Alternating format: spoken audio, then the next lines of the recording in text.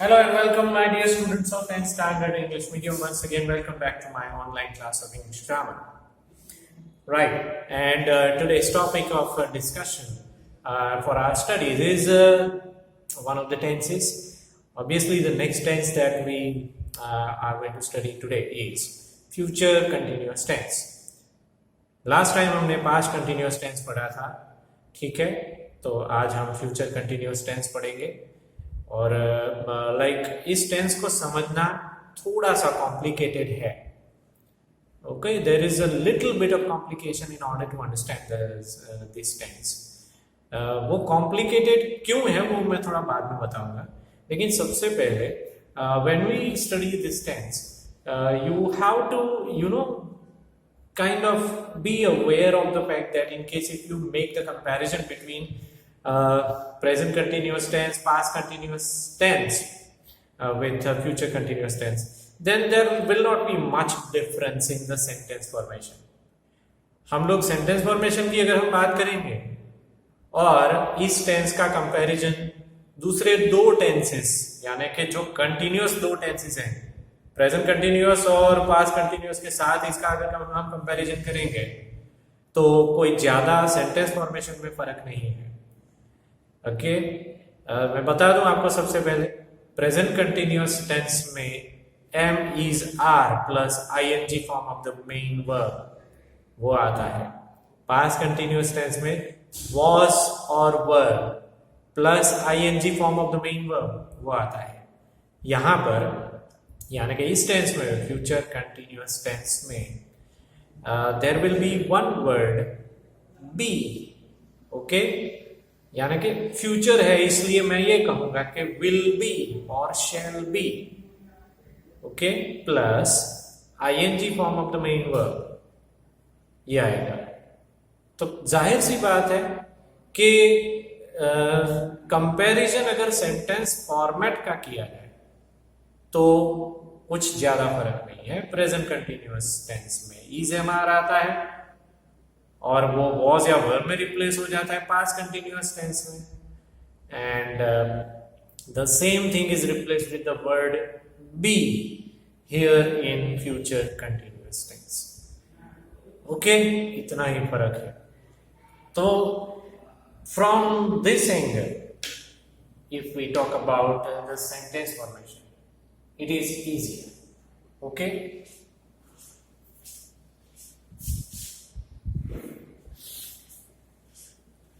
but from the angle of the usage of the tense, let us try and understand how much it is easy for us.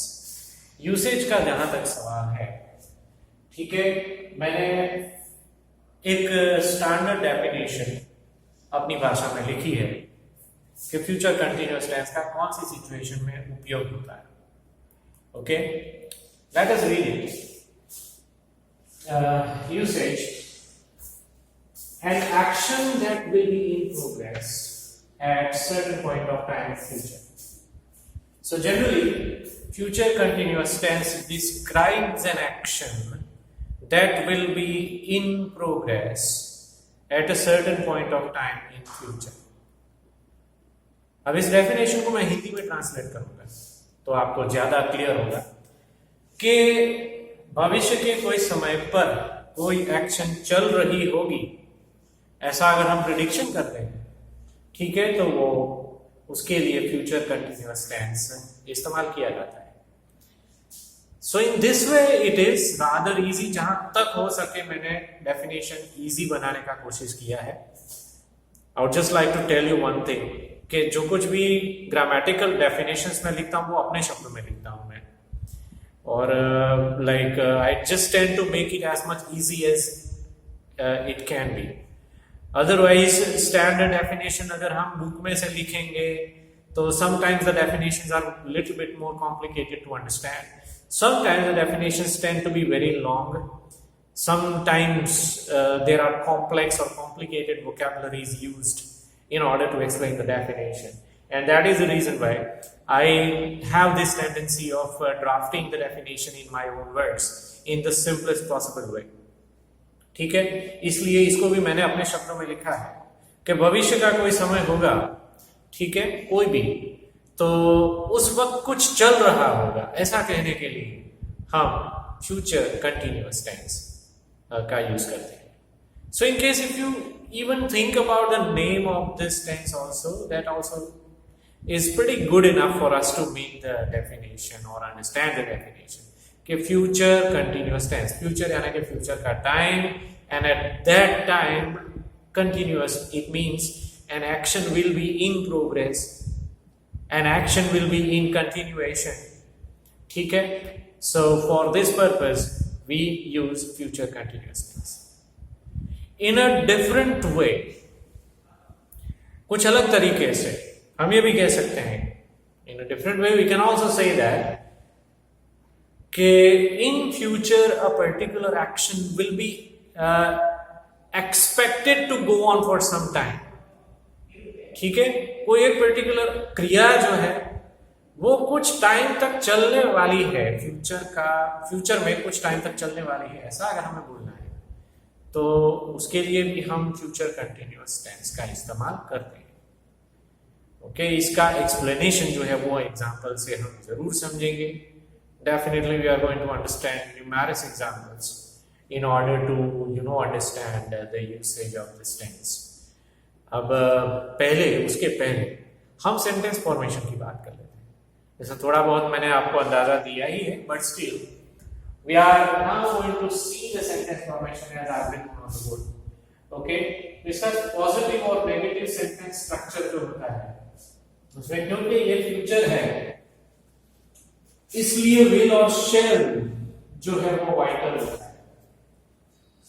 Right, कोई भी future tense में will या shall आता ही है. Ideally will is like shall is used with I और we. Okay, ideally I और we के साथ शेल यूज किया जाता है, बाकी सारे सब्जेक्ट के साथ विल यूज किया जाता है. लेकिन ये रूल स्ट्रिक्ट नहीं है. आप एग्जांपल्स में देखोगे कि इवन आई के साथ भी मैंने विल यूज किया है. यू कैन सी हियर, और यहाँ पे भी आप देख सकते हो. उसकी चर्चा हम बाद में करेंगे, लेकिन अभी जस्ट मैं आपको पॉइंट आउट कर रहा हूँ कि आई के साथ अगर आप विल यूज करते हो तो कोई बड़ा like that is no big issue, या तो वो ग्रामेटिकली सेंटेंस रॉन्ग नहीं माना जाता है. It's okay, but ideally in case if you like to use shall very much, then please use it with I and we only. तो will और shall जो है वो सब्जेक्ट के साथ आता है. ठीक है, and this is the helping verb. Be जो है इसका बारे में मैंने आपको आगे बताया कि जिस तरह से प्रेजेंट कंटिन्यूअस टेंस में इज एम आर यूज होता है, ओके, पास्ट कंटिन्यूअस टेंस में वॉज या वर यूज होता है, उसी तरह से यहां पर फ्यूचर कंटिन्यूअस टेंस में बी यूज होता है. The word be itself is going to be used in future continuous tense. And now, because it's a continuous tense, we are also making the use of ing form of the main verb. मैंने we लिखा है, we का मतलब होता है verb, main. ठीक है, helping verb. hv का मतलब helping verb होता है. मैंने आपको आगे भी बताया था, reminding you once again. ठीक है, helping verb. और ये जो सिर्फ we लिखा है तो obviously वो sentence का main verb होता है. Remember one thing, grammatical concept आपको मैं वापस याद दिला रहा हूं, मैंने पहले भी बोला था कि verb is the most important word of any sentence. किसी भी सेंटेंस का सबसे महत्वपूर्ण अगर कोई शब्द होता है तो वो verb होता है. और मेन वर्ब को जनरली वी से स्पेसिफाई किया जाता है. V stands for verb, and helping verb जो है उसको एचवी से स्पेसिफाई किया जाता है.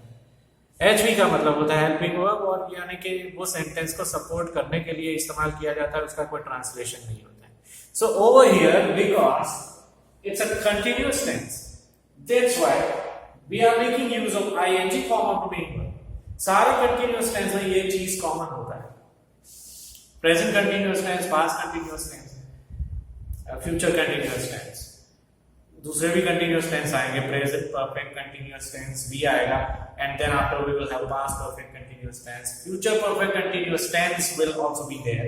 ओके, तो उसमें भी आईएनजी का जहां पे जो कोई भी टेंस के टाइटल में कंटिन्यूअस वर्ड लगता है वहां पे वर्ब का आईएनजी फॉर्म डेफिनेटली आएगा। ठीक है, so therefore we can say that there is an ING form of the main verb, and then in case if object is there in the sentence, then we will have an object after the main verb, and then there is another thing which is known as other words. Other words मैंने लिखा जरूर है, लेकिन वहां पे कोई एक specific चीज आती है। अदर वर्ड्स यानी कोई भी वर्ड्स आएंगे ऐसा कुछ नहीं है। The thing that I would like to specify over here as other words is the use of any future time or any future event. Okay, other words का यहाँ मतलब होता है कि मैं यहाँ पे उसको शॉर्ट में लिखूंगा future time or else future event.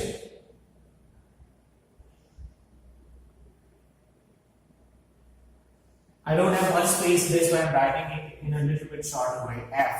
F stands for future. ठीक है, इवेंट या तो एक्शन, दोनों एक ही बात है। तो फ्यूचर का टाइम या तो फ्यूचर की एक्शन का अगर हमें जिक्र करना है तो वो लास्ट में आएगा, जिसको हम अदर वर्ड्स कहते हैं। ठीक है, another thing is in case if you want to make a negative sentence, then you can use not after will or shall. will और shall के साथ not यूज किया जाता है अगर आपको नेगेटिव सेंटेंस बनाना है तो। ठीक है, चलो इतना हो गया। अब उसके बाद मैं आपको बताना चाहूंगा कि क्वेश्चंस का फॉर्मेट क्या है। The questions will have format कि अगर वो yes no टाइप का क्वेश्चन है, then it will begin with will or shall. yes no का क्वेश्चन जो है वो will या shall से begin होता है। okay, and then it is followed with subject, then we will have the word be. It's pretty much the same format that we are using in the positive sentence. सिर्फ will और shall और subject का reshuffling होता है। Positive sentence जो होता है full stop वाला एक नॉर्मल असर्टिव सेंटेंस होता है। ठीक है, उसमें सब्जेक्ट सबसे पहले आता है, उसके बाद will और shall आता है। यहाँ क्वेश्चन है इसलिए सब्जेक्ट बाद में आएगा, will और shall पहले आएगा। ओके, will और shall पहले आएगा, उसके बाद सब्जेक्ट आएगा, and then after the remaining stuffs are the same. Okay, be plus ing verb, ठीक है, and then there is an object and then there are other words. other words को मैं वापस आपको बताना चाहूंगा कि ये जो है वो फ्यूचर टाइम है या तो फिर फ्यूचर इवेंट है। Okay, so be mindful of this fact. Another thing is that be very careful in case if you want to add an event at the end of the sentence. Okay, obviously कुछ चीज examples में आएगी, वो मैं आपको उस वक्त भी आपको रिमाइंड कराऊंगा, लेकिन क्योंकि हम सेंटेंस का फॉर्मेट पढ़ रहे हैं इसलिए उसको सब पहले बता देना बहुत जरूरी है कि sometimes in place of other words there are like the what you can say the duration of the time or else the mention of the future times, and sometimes there is a future event. Be very specific about the future event, that in case if you are giving the reference of a future event, then always use the simple present tense. Okay, future की event का अगर यहाँ पे reference देना है इस tense में, future continuous tense, तो आपको वहां पे simple present tense यूज करना है। ओके, अब ये चीज आपको अभी एकदम से समझ में नहीं आएगी, और obviously we are having some examples, but still as a rule you need to understand. मैं अभी फिलहाल आपको एक एग्जांपल देके बता दूंगा तो आपको ऑब्वियसली वो क्लियर हो ही जाएगा। लेकिन रूल मैं आपको पहले दोबारा बता देता हूं एक्चुअली कि फ्यूचर कंटिन्यूअस टेंस में एंड में फ्यूचर का टाइम मेंशन करना है तो वो तो टाइम ही आएगा, उसमें कोई प्रॉब्लम नहीं है। फॉर एग्जाम्पल बिटवीन 5 and 6 और एल्स टुमारो इवनिंग, ओके, ये फ्यूचर के टाइम के एग्जाम्पल्स तो उनको लिखना आसान है। But in case if you have to give a reference of the future event, then in that case we have to make use of simple present tense। एक subordinate sentence हमें पीछे use करना पड़ेगा जो कि सिंपल प्रेजेंट टेंस का होना चाहिए। That's the rule. यहां पे ग्रामेटिकल मिस्टेक्स होने के बहुत सारे चांसेस रहते हैं। बहुत सारे स्टूडेंट्स और यहां तक कि बहुत सारे टीचर्स भी इसमें मिस्टेक्स करते हैं, लेकिन मैं चाहूंगा कि हम लोग ऐसी मिस्टेक ना करें। एक एग्जाम्पल मैं आपको दे दूंगा अभी, ठीक है, तो आपको समझ में आ जाएगा। ओरली वो एग्जाम्पल मैं दे रहा हूँ, एक आध एग्जाम्पल मैंने एग्जाम यहाँ बोर्ड पे भी लिखा है, उसका हम जब भी नंबर आएगा तो हम देखेंगे, ओके। बट इन केस अगर आपको ऐसा बोलना है, मैं पहले आपको हिंदी में ट्रांसलेट करके दे रहा हूँ, उसके बाद हम उसी चीज को इंग्लिश में ट्रांसलेट करेंगे, ठीक है। कि जब तुम मेरे घर पे आओगे तब मैं सो रहा होऊंगा। इजी एग्जाम्पल है ये, इसको समझना इजी है कि जब तुम मेरे घर पे आओगे तो मैं क्या कर रहा होऊंगा फ्यूचर में, मैं इस चीज को बता रहा हूं कि उस वक्त मैं सो रहा होऊंगा, okay. I will be sleeping, अब मैंने आई विल बी स्लीपिंग ऑलरेडी बोल दिया, तो वो फ्यूचर कंटिन्यूअस टेंस का सेंटेंस है, लेकिन ये सेंटेंस पूरा नहीं है, अधूरा है, ओके। मैं सो रहा होऊंगा ऐसा मैंने बोल दिया, कब? That is the most vital point. So I will be sleeping when you come to my house. आपको समझ में आया? मैंने क्या बोला कि I will be sleeping when you come. These two words are the main words. You come, ये कौन सा सेंटेंस, ये कौन सा टेंस है एक्चुअली? ये सिंपल प्रेजेंट टेंस है, okay. When you come to my house, that is specifically the format of simple present tense. हम ऐसा नहीं कह सकते कि I will be sleeping when you will come to my house। बहुत सारे लोग ऐसा बोलते हैं, but it's terribly a wrong sentence. I'm making it very loud and clear to you. ठीक है, ध्यान रखिएगा, मैं बहुत ही डिटेल में इसको इसलिए समझा रहा हूं क्योंकि बहुत सारे लोगों को इसके बारे में मिसअंडरस्टैंडिंग होती है, और मैं ये चाहूंगा कि आपको ऐसी मिसअंडरस्टैंडिंग ना हो, ओके। दूसरा एग्जाम्पल ले लेते हैं। पहले एग्जाम्पल को मैं वापस बोल देता हूं ताकि आपको पूरा समझ में आएगा, और उसको दो तरीके से हम बोल सकते हैं। जो प्रेजेंट टेंस का जो सबऑर्डिनेट सेंटेंस है उसको आगे भी हम ले सकते हैं, या तो उसको पीछे भी हम रख सकते हैं। So you can speak that sentence in either way, like I will be sleeping when you come to my house, और else when you come to my house I will be sleeping. दोनों एक ही बात है, बीच में एक comma रखना पड़ता है, ठीक है। तो when you come to my house, that specifies the future event। यहाँ पे सेंटेंस फॉर्मेट में जो हम लिखते हैं फ्यूचर इवेंट, वो हालांकि इवेंट फ्यूचर की है, लेकिन इस पर्टिकुलर टेंस में एक रूल है कि उसको सिंपल प्रेजेंट टेंस के फॉर्मेट में लिखना पड़ता है। when you will come to my house ऐसा नहीं लिख सकते हम, ओके। और वो एक पूरा एक सेंटेंस के जैसा फॉर्मेट बन जाता है, when you come to my house, but it is still not a sentence, it is known grammatically उसको subordinate clause कहा जाता है। subordinate clause शुद्ध हिंदी में उसको उपवाक्य कहते हैं, जो कि एक सेंटेंस नहीं है, वो उपवाक्य है, यानी कि it is known as a dependent clause also because it depends on the main sentence. Without the main sentence, it does not make any sense. So the clause that has a subject and the verb, okay, and it almost looks like a sentence, but it is dependent on the main clause, is known as a subordinate clause. तो वो जो subordinate clause है वो इस tense में हमें simple present tense में लिखना है. Okay, I'm expecting that you have understood it very well.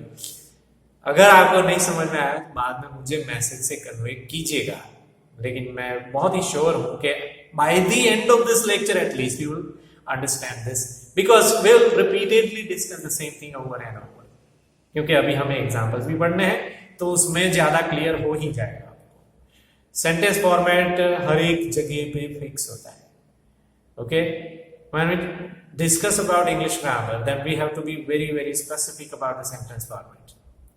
अनाप शनाप ढंग से हम कुछ भी बोल नहीं सकते. हालांकि स्पोकन इंग्लिश में बहुत सारे ऐसे लिबर्टी बहुत सारे लोग लेते हैं, ठीक है, और it is granted also, it is accepted also, because language का कॉन्सेप्ट ये है कि as long as you understand what the opposite person is saying, then his language is correct. As long as you are able to understand the opposite person what you want to say, then you are always right. ऐसा language का concept होता है. लेकिन ideally अगर हमारी भाषा को हमें शुद्ध बनाना है तो ग्रामर को ठीक ढंग से यूज करके सेंटेंस को फॉर्मेट करना बहुत जरूरी है. Sometimes it may be possible that because of the lack of practice, or maybe because of the fact that we are in a hurry, practice कम होने की वजह से, या तो हम बहुत ही जल्दबाजी में होते हैं कई बार बोलने के लिए, तो ये दो कारणों की वजह से हम गलत सेंटेंस बोल लेते हैं. That happens. Okay, but inside our mind हमें दिमाग में कोई स्पेसिफिक ग्रामर का रूल जो है वो याद जरूर होना चाहिए. So at least in the written expression हम जब लिखते हैं तो गलती ना हो. Okay, I strongly believe as the teacher of English, I strongly believe कि लिखते वक्त आपकी गलती नहीं होनी चाहिए, because when you write at that time you have a time to think. जब आप लिखते हो तो आपके पास सोचने का वक्त होता है, बोलते वक्त आपको सोचने का इतना ज्यादा वक्त नहीं होता है. So maybe in the spoken expression you tend to make a mistake, but when you are writing you are not supposed to make any mistake because you have plenty of time to think before you write anything. ठीक है, इसलिए लिखते वक्त, और क्योंकि आप students हो, आपको एग्जाम्स में आंसर्स लिखने होते हैं और काफी सारे क्वेश्चंस जो है वो ग्रामर से रिलेटेड आएंगे, तो सोच समझ के लिखना वो जरूरी है. रूल्स को याद करो, प्रैक्टिस करो, make your own examples, repeatedly keep on making your own examples. Okay, and that's how you just try to learn grammar. सिर्फ इसी टेंस की यहाँ पे मैं बात नहीं कर रहा हूँ, एक जनरल बात कर रहा हूँ कि हर एक टॉपिक को, ग्रामर के हर एक टॉपिक को इसी तरह से सीखा जा सकता है. The consolidation of the rule, understanding of the rule, and then after converting that concept into practical life examples, making your own examples, making the practical life examples in such way that it will be permanently fixed in your mind. So, in case if we follow this method, then I think grammar, learning of grammar, studying of English grammar becomes very, very enjoyable activity. ठीक है? अब इस tense का हम examples जो है वो पढ़ेंगे, और खास करके वो चीज जो मैंने आपको आगे बताया कि फ्यूचर टाइम और फ्यूचर इवेंट जो सेंटेंस के एंड में आती है, ठीक है, उसकी हम खास करके वापस मैं आपको रिमाइंड करके बताऊंगा कि वो किस तरह से जनरली लिखा जाता है. So let us see the first example is, we shall be studying maths between 10 AM to 11 AM. यहाँ पे टाइम है,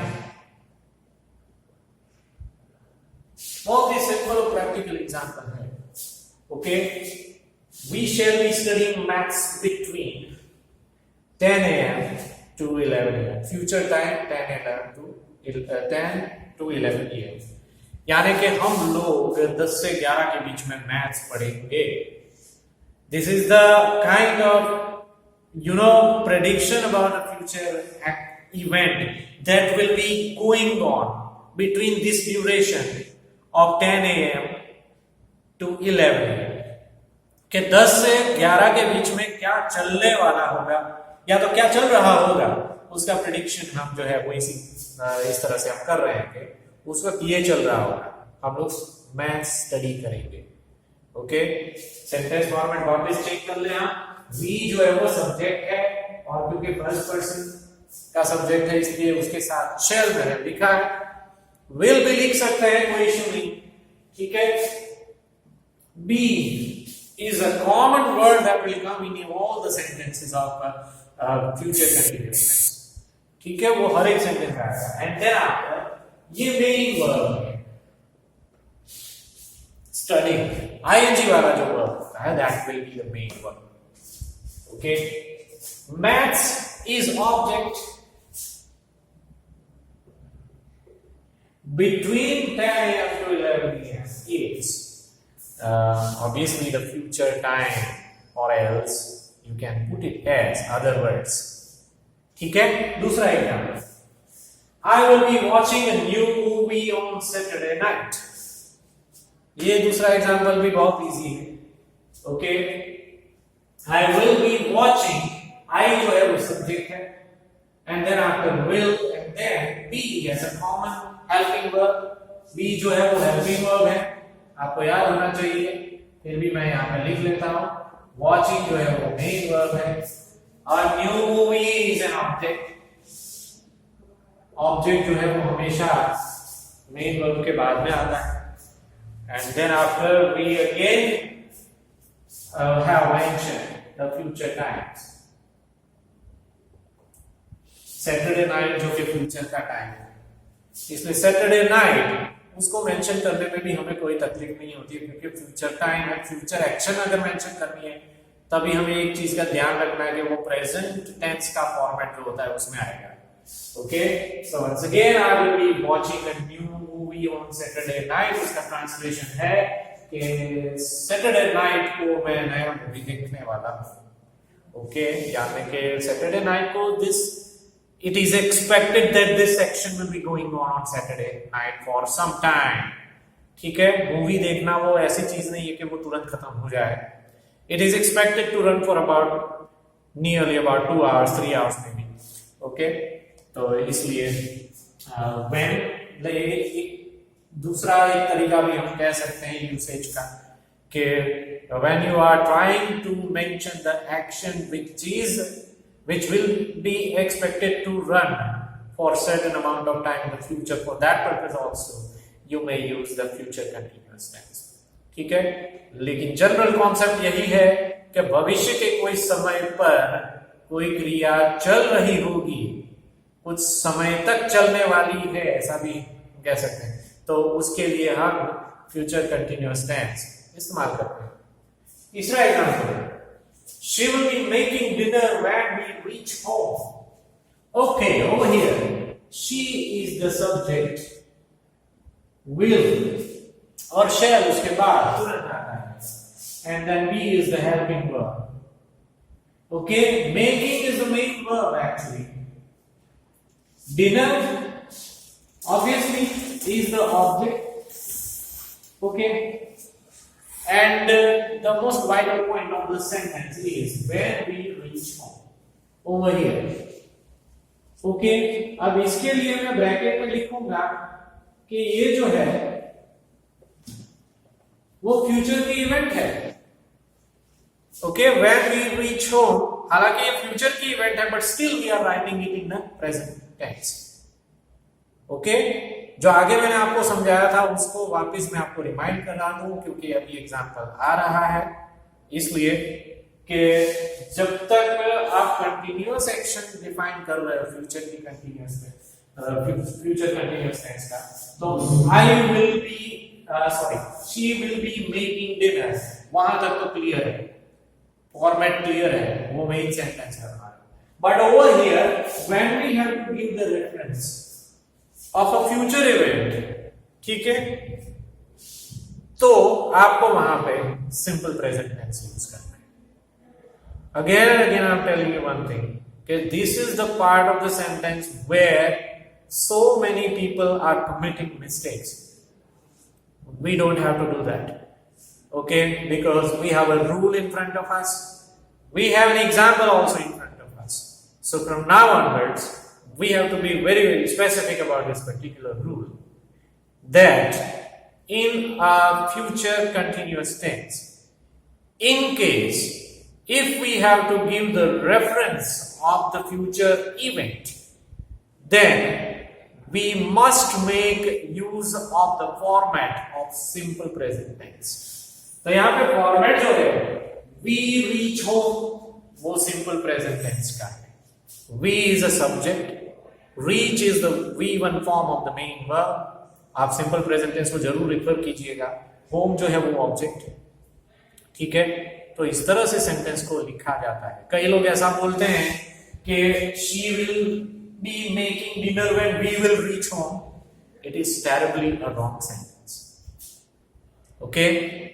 काफी लोग ऐसा मिस्टेक करते हैं, मैंने खुद ऑब्जर्व किया है, लेकिन वो गलत स्टेटमेंट है. सही स्टेटमेंट यही है रूल के मुताबिक कि in future continuous tense, in case if you are giving the reference of a future event at the end of the sentence, then make use of simple present tense, the format of simple present tense only, which is known as subordinate clause.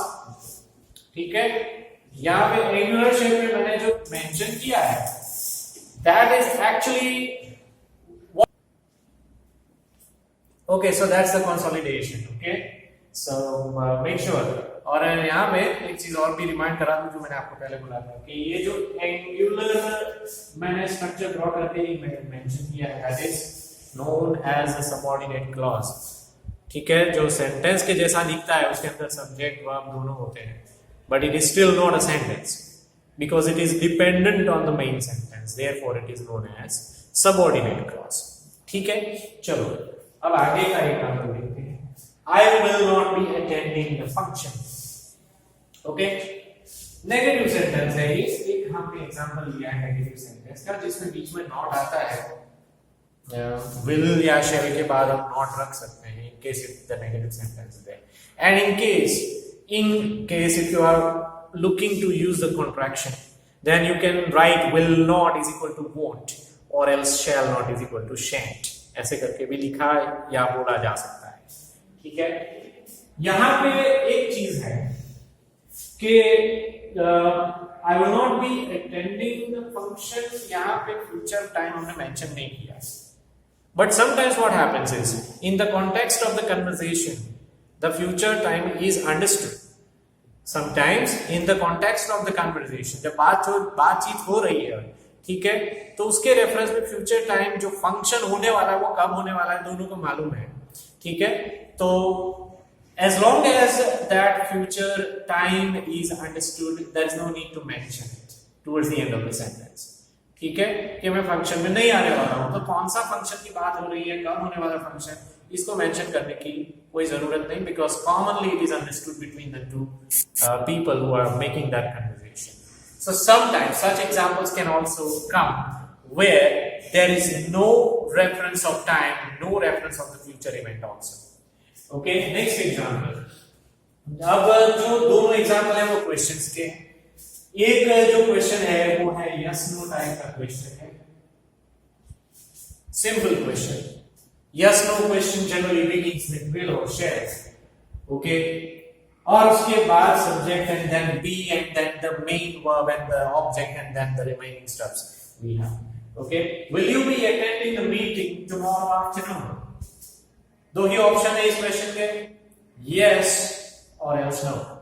Okay, will you be attending the meeting tomorrow afternoon. क्या आप कल दोपहर वाली meeting attend करोगे, ऐसा पूछा जा रहा है. तो दो ही ऑप्शन है, यस आई विल बी और else no I won't be. ऐसा आंसर दिया जा सकता है. ठीक है, so since it's a yes no question, it begins with the helping verb will और shall. Okay, if it's not a yes or no question, then we have a WH word coming in the beginning of the question. WH question होता है, ठीक है, तो obviously उसका answer yes या no नहीं आता है. We need to provide a detail information in a sentence और अ फ्रेज और at least in a word. Yes no से बात नहीं चलती, उसमें कोई इंफॉर्मेशन डिस्क्रिप्टिव इंफॉर्मेशन प्रोवाइड करनी होती है. तो उसमें एक ही फर्क आता है that WH word is added in the beginning of the sentence, otherwise the remaining things are the same. Okay, well, what will you be doing on Sunday evening? That is an example. कि आप Sunday evening को क्या कर रहे होंगे, या तो ऐसा भी हम बोलते हैं कि संडे इवनिंग को आप क्या करने वाले हो, क्या प्लानिंग है, क्या प्रोग्राम है, ऐसा कुछ बोलना है. Okay, so this is the best way to make your expression by using this tense, future continuous tense. What will you be doing on a Sunday evening? इस तरह से क्वेश्चन पूछा जाता है. ठीक है. So with this topic future continuous tense comes to an end. ठीक है. और मैंने आपको बीच में बताया था कि अगर आपको कोई डाउट है तो मुझे कन्वे कर सकते हो, खास करके वो चीज के बारे में जहां पे आपको फ्यूचर की इवेंट को मेंशन करना है, तो वहां पे compulsory simple present tense use करना जरूरी है. ये चीज मैंने बताया आपको. एग्जाम्पल भी उसके क्लियर हो गए. लेकिन उसके बावजूद भी अगर आपको नहीं समझ में आ रहा है, कुछ डाउट है, तो you can convey your doubts to me. Okay. Subsequently, we are going to study the new tense in the next lecture. That will be present perfect tense. Okay. That is it for now. Thank you very much for your time. Have a great day ahead with your family. Bye bye.